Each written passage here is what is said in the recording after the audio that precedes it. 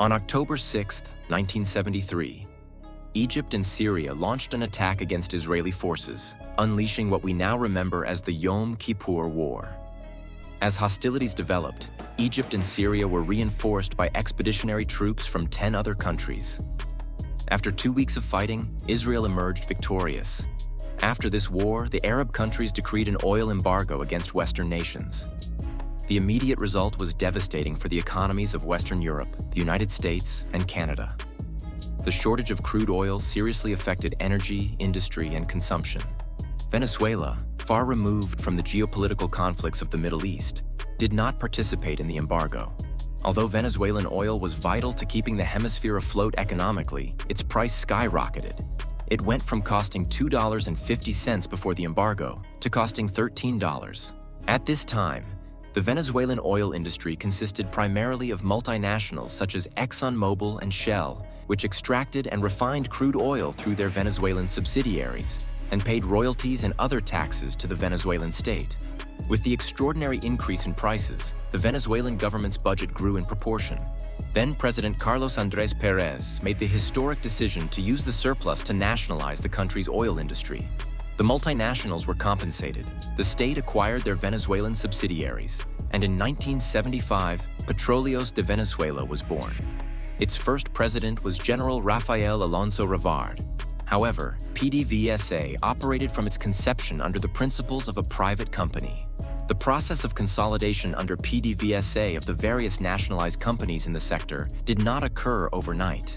It was a process that took 22 years, and under the state oil company, these companies maintained the same standards and processes with which they operated when they were private. This explains why, although the vast majority of the staff at all levels was Venezuelan, PDVSA operated with the best practices of the large oil multinationals. The Venezuelan state allowed the oil company to reinvest its net profits after taxes. The rulers in power made sure to respect PDVSA's autonomy. There was a consensus that politics should stop at the oil company's doors. Despite initial success, the Venezuelan government soon faced a dilemma. Although it had bought the local infrastructure of the private oil multinationals, it could not buy their distribution networks. In other words, although the new state company extracted the crude oil, it had no choice but to sell it to the same transnationals so that they could distribute it in the markets where they operated. Faced with this, the oil embargo presented another opportunity. Faced with the onslaught of widespread shortages resulting from the Arab boycott, a whole constellation of refineries and terminals in the United States and Europe was on the verge of bankruptcy. The Venezuelan government was able to acquire them at bargain prices. One of the most important of these acquisitions was the purchase of Citgo in the United States, first acquiring 50% and then acquiring the rest. The purchase of these operations abroad presented PDVSA with a new challenge. Citgo's newly acquired infrastructure had to be adapted to make it a tailor-made suit for Venezuelan crude. This involved massive investments that had to be financed with loans. The loans were of such magnitude that they were only granted under one condition. Citgo could not repatriate dividends until the entire loan was paid off. This was achieved in 1996, and after that year, Citgo was able to begin repatriation of dividends to Venezuela. The state oil company's operations were not limited to oil. The company launched a broad program of exploration and exploitation of resources, including natural gas and coal. The company also became a major producer of petrochemicals. By 1997, PDVSA had annual sales of $35 billion and owned all or part of 23 refineries, 7 in Europe, 8 in the United States, 6 in Venezuela, and 2 in the Caribbean. These had the capacity to refine 2.9 million barrels per day. Its petrochemical plants produced more than 4 million tons of chemical products. By 1997, PDVSA was the second most valuable fossil fuels company in the world, second only to Saudi Aramco of Saudi Arabia. In Latin America, it was the most valuable company in the region, not only in the oil sector, but of any kind. It was the 10th most profitable corporation on the planet. It owned a vast network of refineries, terminals, tankers, pipelines, and service stations. In the United States alone, through its subsidiary Citgo, it owned more than 15,000 service stations and supplied 10% of the fuel and lubricant market. Economist Jose Toro Hardy who was one of the directors of PDVSA until Hugo Chavez came to power in 1998, stated the following, quote, "We were able to take Venezuelan oil from our subsoil to the gas tanks of cars in the United States, all the time passing through Venezuelan facilities, wells, pipelines, refineries, tankers, terminals, and service stations. Everything was Venezuelan," unquote. Venezuela became, in the eyes of the Western world, that reliable supplier of hydrocarbons, even in times of geopolitical tension that periodically affected world markets. This was in contrast to countries in the Islamic world such as Iran, Iraq, and the Islamic monarchies of the Persian Gulf. When the Middle East was bursting into flames, the world looked to Venezuela so that it could fill the gap. In the early 1990s, the Islamic world was once again going through one of its most difficult moments. Saddam Hussein, president of Iraq, invaded Kuwait. Fearful that Iraqi forces might continue to advance to Saudi Arabia's oil fields, the United States, along with a coalition of 31 countries, confronted the invading Iraqi forces. Operation Desert Storm drove Saddam's troops back, but as they retreated, the Iraqis set fire to 800 Kuwaiti oil wells. In 1992, the withdrawal of Kuwaiti wells, coupled with sanctions imposed on Iraqi oil, meant the withdrawal of 3 million barrels of crude oil from the market. Once again, the world looked to Venezuela to increase its production and supply the market.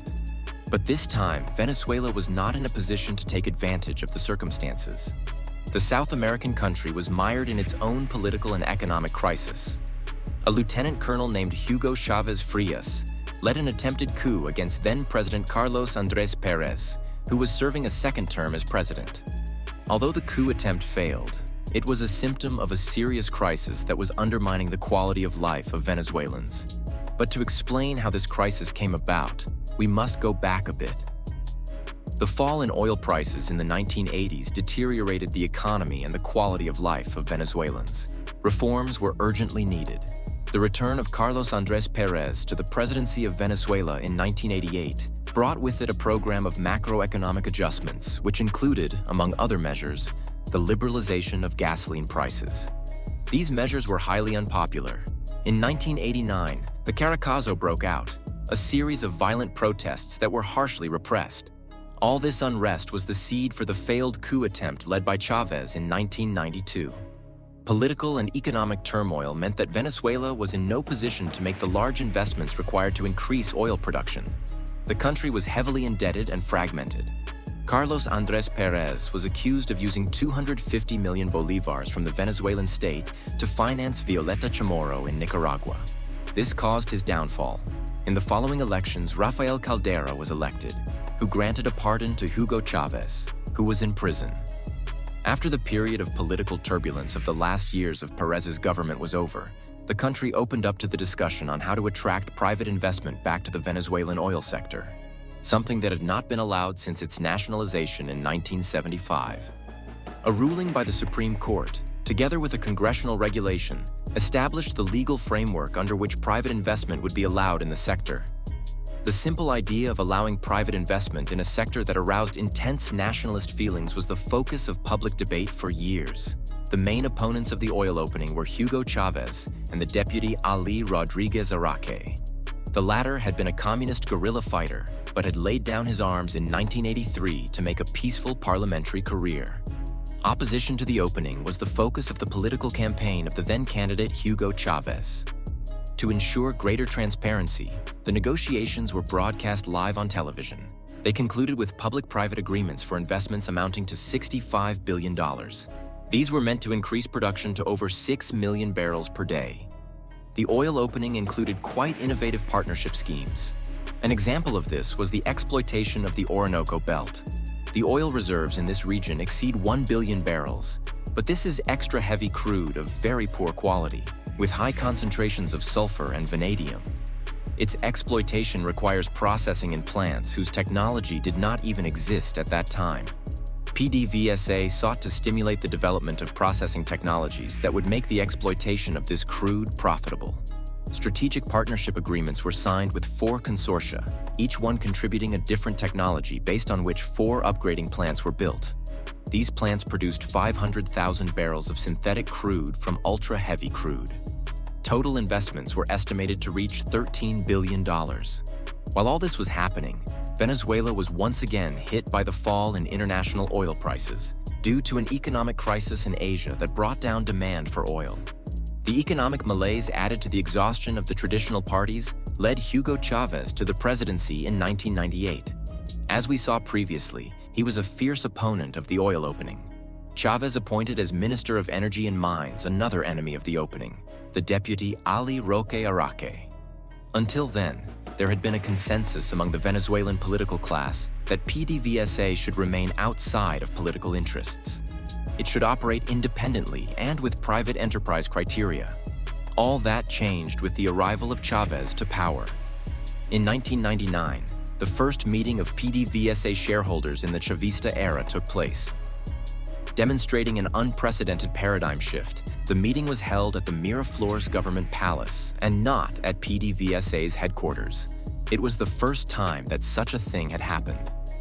In accordance with what would become a recurring practice of President Hugo Chavez, he began by showing a facade of moderation, assuring that PDVSA's tradition of meritocracy would be respected. But the signal was clear. The oil company was going to be subject to the political plans of the new group that had just taken power. Events foreshadowed the beginning of the debacle. PDVSA would no longer function as a company that paid taxes to the government and reinvested its profits in maintenance and expansion. It would now be the petty cash box from which all kinds of social programs were financed, the main purpose of which was to buy votes. It would no longer operate as a company whose employees were subjected to rigorous performance standards. It would now be an instrument for placing members of the ruling party and related military personnel.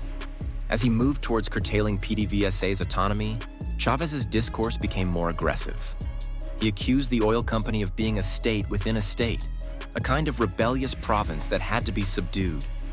The high point of the conflict between Chavez and the company came in 2002 when a strike by PDVSA employees took place. The oil strike paralyzed production, putting the state's finances in jeopardy. It was the opportunity Chavez had been waiting for. Economist Jose Toro Hardy describes the progressive decline. More than 20,000 employees were laid off, 50% of the payroll. These were workers with vast technical expertise and experience. These employees were replaced by new ones, most of them lacking the necessary training.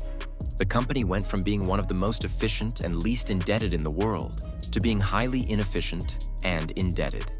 It stopped publishing its reports on time, and the accuracy of these reports also began to deteriorate. The facilities were not adequately maintained.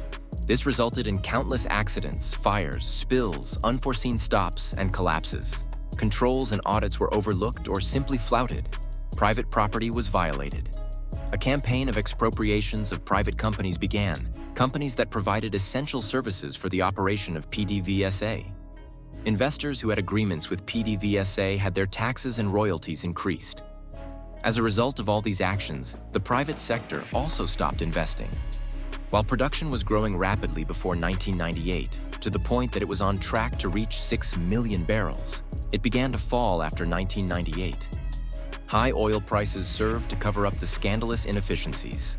The price of crude oil, which had reached the $8 per barrel mark before Chavez's election, reached $114 per barrel at its peak. Corruption and cronyism devoured tens of billions of dollars each year. After Chavez's death, Nicolás Maduro took power, continuing the same practices of his late mentor. Unfortunately for him, oil prices plummeted. Supported by oil revenues, Chavismo had implemented all kinds of policies that destroyed the rest of the Venezuelan economy. Because of this, the country depended more than ever on rapidly decreasing oil revenues. With the productive sectors in such a vulnerable situation, the fall in oil prices resulted in an unprecedented economic catastrophe. Contrasting the reality of PDVSA before and after Chavismo-Madurismo, Jose Toro Hardy presents the following data. Of the 7 refineries it had in Europe before 1998, in 2024 it has 0. Of the 8 refineries it had in the United States, today it has 3 and is about to lose them. I will give more information about this later. Of 2 refineries it had in the Caribbean, today it has 0, and the refineries it still has in Venezuela operate at a fraction of their capacity.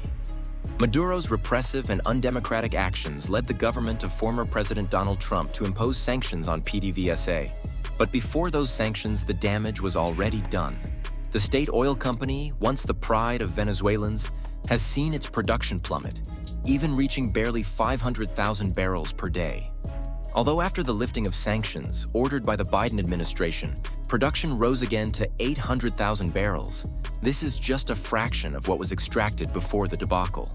By then, production exceeded 3 million barrels per day. Despite these facts, the company has not yet hit bottom, and everything indicates that it is preparing to receive another devastating blow. Citgo, the U.S. subsidiary of PDVSA, has been the subject of litigation and judicial embargoes in that country for years.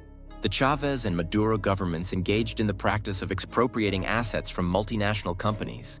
They also took out massive loans that they later failed to pay. These actions left Citgo vulnerable to lawsuits. In 2024, certain actors in the United States have been quite active in getting court rulings in their favor, currently being very close to wresting control of the company from Petróleos de Venezuela. With this, Maduro would permanently lose assets that took decades to accumulate. It is not only Venezuela that has been hit by the ill-advised decisions of Chavez and Maduro on PDVSA. The Western Hemisphere, which previously looked to Venezuela when the situation in the Islamic petrostates became unstable, no longer has what was its most reliable supplier. Strangely, the Maduro government has chosen to ideologically ally itself with distant governments, with which Venezuela has very little in common, namely Iran, Syria, and Russia. Maduro and Chavez have achieved what was previously considered impossible, moving Venezuela from its safe and peaceful neighborhood to the most conflictive regions of the world. But now I want to know what you think. Can the Venezuelan hydrocarbon industry recover? Who is to blame for the Venezuelan crisis, the United States or Nicolás Maduro? Let me know in the comments. This is Latinometry, where I discuss socioeconomic issues pertaining to Latin America and the world. Please help me by subscribing to my channel, hitting the like button and sharing this video. Thanks for watching.